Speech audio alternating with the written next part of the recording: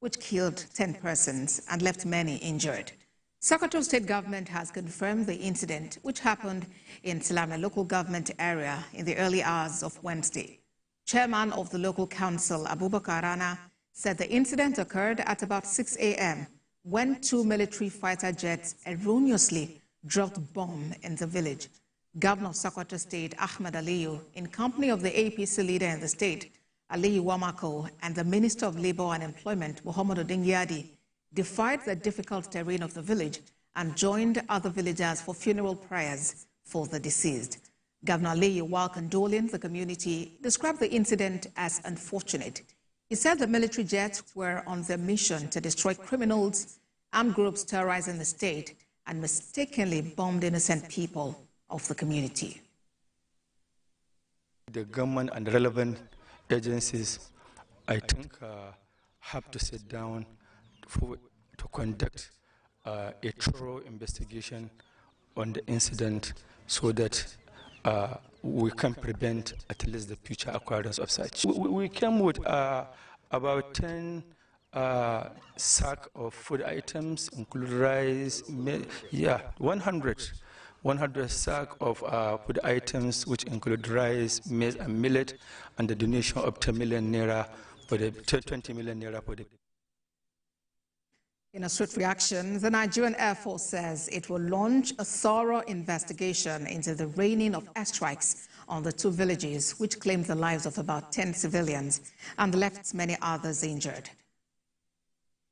On the program today, we'll take a look at military airstrikes which killed 10 persons and left many injured in Sokoto State. We'll also be talking about the presidential media chats, the Students' Loan Fund, and of course, the tax reform bills.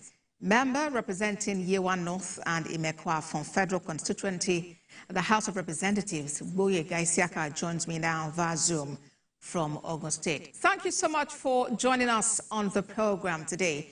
Let's begin with that unfortunate incident in Sokoto State, where about 10 people were erroneously bombed by military fighter jets on Christmas Day. It's one incident too many. I know you're not a member of the Defense Committee, but as a lawmaker, how do you think the National Assembly can partner the military in actually preventing recurrence? Well, thank you very much. First, let me express my sympathies to the families that lost their dear ones in that unfortunate incident that you have described.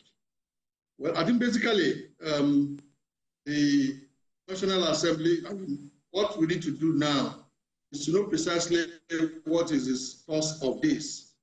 Because from the media reports, while a section of the populace takes it as a mistake on the side of the military, I was going through there were some reports where the Chief of Defense Staff says that it's not a mistake, that those people who are harboring some of these Lakurawa and such bandits. But I think the important thing is for us to get to the root of it so that we know precisely what happens.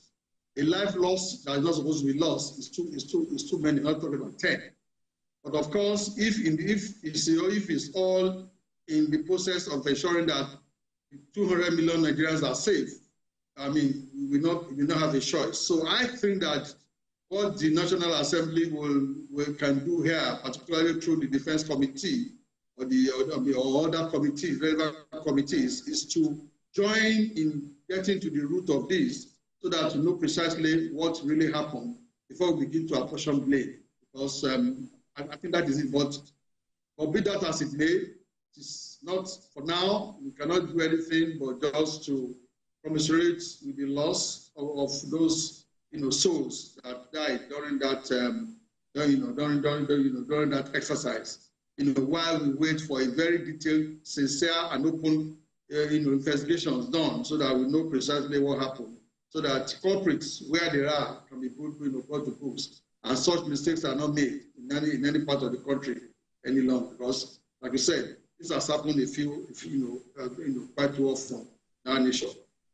Indeed, the one that happened in Chodombiri in Kaduna State is still very fresh in our memories. How do you think that, the military can actually build trust?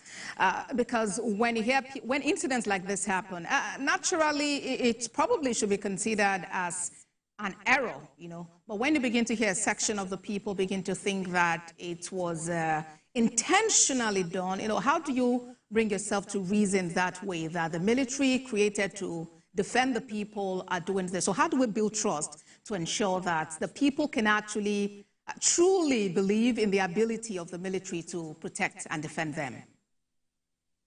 I think it's by knowing exactly what transpired.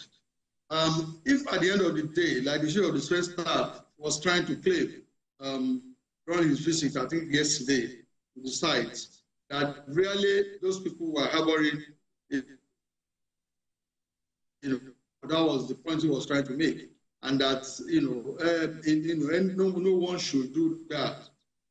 If that is not proven, then that means it's an error, and then the military needs to do a lot of work in order to build that trust. It is by knowing exactly what transpired. In the ones that happened, what you just mentioned, and I think another one happened in Bauchi State or thereabout. I do not know unless I miss it, whether we were able to know exactly what happened, and if it's a mistake, if the people that made the mistake were actually brought to book. We need to do that. And where it is not, where it is intentional, where it is that you have to hit the place in order for them to be able to, get some people. I mean, really, given the level of insecurity that we have in the country, particularly in the Northwest and what is happening there, I do not expect that anybody that is innocent should engage in the act of harboring, some of these, criminals and bandits.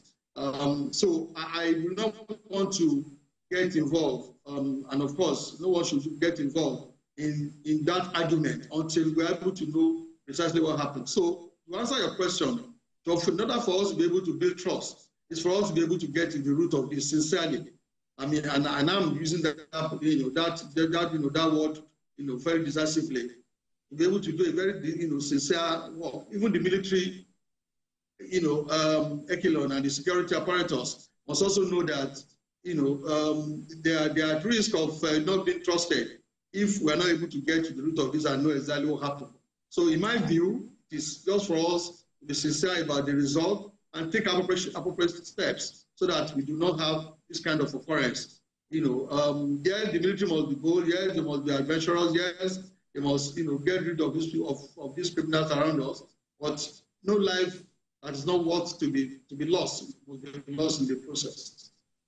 All right, then. Let's now talk about education. You chair the Committee on Student Loan, and we know that the Student Loan has been in operation for some months now. How will you assess the performance of the initiative within the last, we call it 6 months now, that it's been operational?